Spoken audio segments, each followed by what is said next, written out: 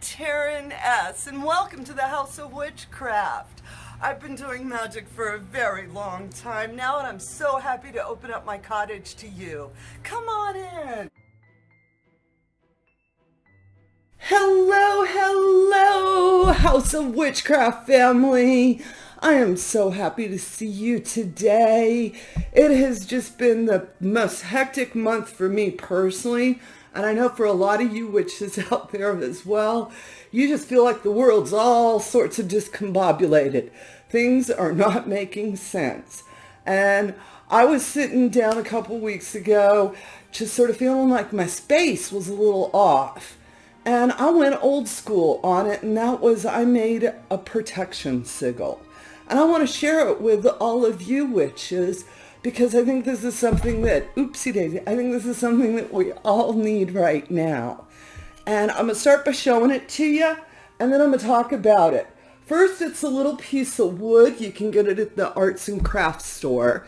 It's where they do the little cuts of wood. And I got this one because it already had a hole drilled in it. And you can see I painted it silver. And on this side of it is my actual personal sigil. I have many different sigils, but this is the one that I like to announce I'm here. And what I do is it's my first letter, which is T, and then the last letter, which for me, S. And how you make your sigils in this method, there's lots of different ways to make sigils, first of all. I'm just going to deal with using your magical name and different ways that you can do it. You can take the first and the last letter, and like I did, overlay them. You can take out your vowels, use your consonants and overlay them. You can do your first letter, your middle letter, and your end letter, or maybe you take all your vowels out and overlay them, all right? Are you starting to understand what I'm saying here, witches? This is about you playing with, getting all up in to your magical name. And if you're using your mundane name magically, then it's the same rules, all right? Play with your letters until you reach a point of feeling like it represents me. This is my sigil, all right? And this announces my space, okay? I mean, without getting too crude about it, basically I put these all around like a dog peeing on their territory. My space, bitch. Nobody else comes here. And that's the attitude you have to have when you're making a protection sigil, when you are using your personal energy, all right? You are the biggest and the baddest thing that is in your house, in your yard, in your neighborhood. And when you're writing those letters down, that is your visualization. That's what you're putting into it. That this is my place. Ain't nothing coming here. All right? And you take it, write it down, say it out loud. Get your words going. You can also get you some sage you got. Put a little sage over it. You can give it up to divinity. For me, it's the goddess. So I'd ask the goddess to please protect my endeavors, that my words ring true, that my intent is coming from a place of light. And I'm going to, yes, thank you, goddess. All right. Now on the back side of the sigil, I have runes, and which are very special to me. All right. And the first is the rune of family. On either side of it is magic circle. And it's actually the same one that I hear within our tradition and a lot of modern witches. We will put the rune of family and the rune of magic circle together to signify we are part of a tradition. We're initiated witches, whatever. But family is very important, and that my magical family be protected as well during these times. And so that was my representation. And again, when I was sitting down and I'm writing these out, it's that visualization, that intent, that focus. whatever word you want to use to do that. All right, 110%. And take the time to sit up a little area. Put on some music, light some incense, a candle, and really get all up in it, all right? We are making these type of sigils, protection sigils in which we're using our name. This is all coming down to belief of self, all right? This is, like I said earlier, I know I'm the biggest, baddest thing in my house. I know I am what goes bump in the night. So that's the energy that I am putting it down. And that's the headspace you have to come from as well. All right? And this, where I know a lot of you newbie witches, you're like, oh, is this working? Is this going to be good enough? And all those other questions, get them out of your head. All right? There is no room for doubt when we do this type of work. And when we are working with sigils, from the time you make the I'm going to do a sigil until you're done, there is no room for doubt. There is no room for hesitation, wondering if it's going to work. None of that happens. I did this. It is going to work. Period. That's the end of conversation. I'm on to something else. Now I know I got my protection sigil up. All right. Now where you put them, I did mine as a hanging one. But you can also, and if you are a witch in a closet, guess what? Put it in the closet. Ideally, if you want to put it in your house, you would want to put it as close to center of your house as you could put it. All right. And that's an ideal world. We all don't live in ideal worlds. And actually, the center of my house makes no sense. There's no place. I'd just be standing there holding it. Is finding a place in your house. You can put it in your dresser drawer.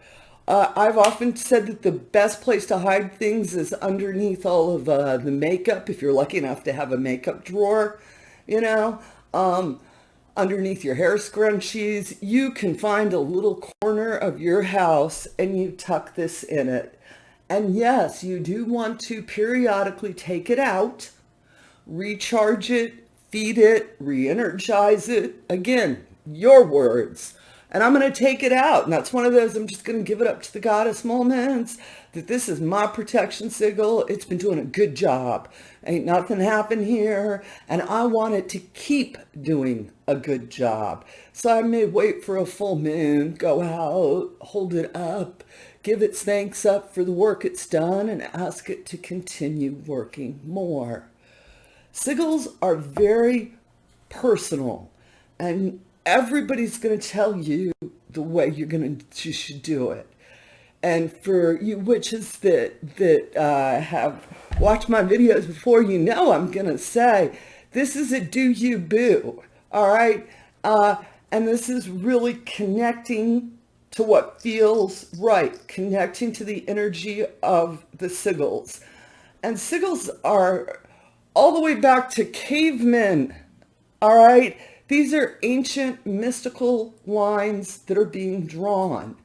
So when you're visualizing, think about the fact that the power of these lines, the power of the movement, you putting your energy into the ink, into the paint, onto the piece of wood or whatever you're using for your sigil paper. The whole process is a magical endeavor. All right, so you want to treat it as such. Like I was saying earlier about setting your space up, okay? And really make time to take time. And speak it out loud. I know a lot of times newbies are like, what am I supposed to be doing? Honey, I sit here and talk out loud. I'll be sitting here talking about, and this is going to protect my house, and it's going to be good. And I know the goddess is watching me, and I'm doing good. I just sit and mumble out loud. I try to put my energy, my heart, my intentions that I feel in here, out here. And that's what magic is. Now I'm going to let Kevin share a more technical, in-depth overview of sigils, and I really hope you enjoy it. Okay, so let's talk about some sigil magic. Sigil magic goes all the way back thousands of years in the Near East religions, coming all the way forward to the modern time. It's particularly potent and used in high magic. So it's in that context, it's usually associated with an entity. However, you can create a sigil that is a representation of a thought or an object or anything that you can imagine. If you go in and search on the web for witch's wheel, you'll find a method of taking any name or word and converting it into a magical sigil. Now, why are sigils used? Well, it's a visualization, it's a connection in the way that you would have an icon or a statue on the altar. It's a way for us in ritual to connect with an entity or an energy or a thought that we wish to manifest or work with. And so you would want to use the sigil in a visualization technique. Now, what I do is I can go two ways with this. I either focus on the sigil and I do my working while really drawing it in to my third eye, into my mind. And I'm focused, I'm laser focused on it. Sometimes I'm chanting, and that's helping me to get into that meditative state.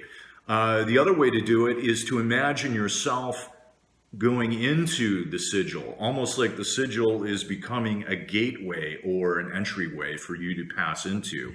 And then you're either in the presence of the entity or you're in the state of mind for the object or thing that the sigil represents. So just real quick stuff on sigils, and let me know what you think. Let me know if you work with sigils. If you hadn't worked with them before, I recommend trying it. Thanks. So I want to hear about your sigils. I'm actually going to take mine and hang it down at the witch's cottage.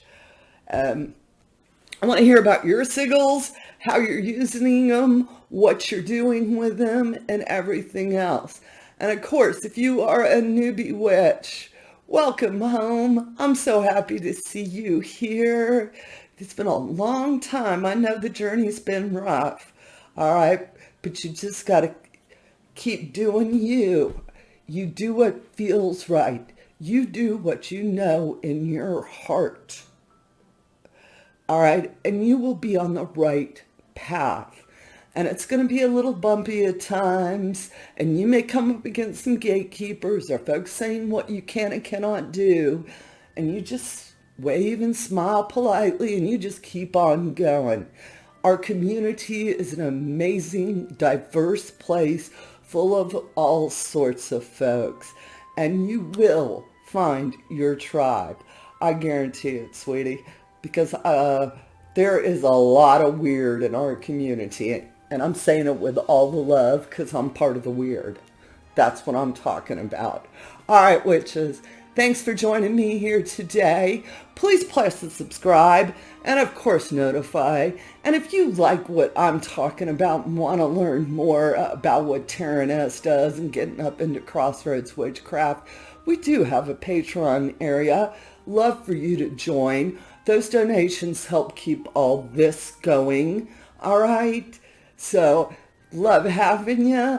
Thanks so much. And you know it never changes. Amen. Blessed be. Ashe and Ebobo.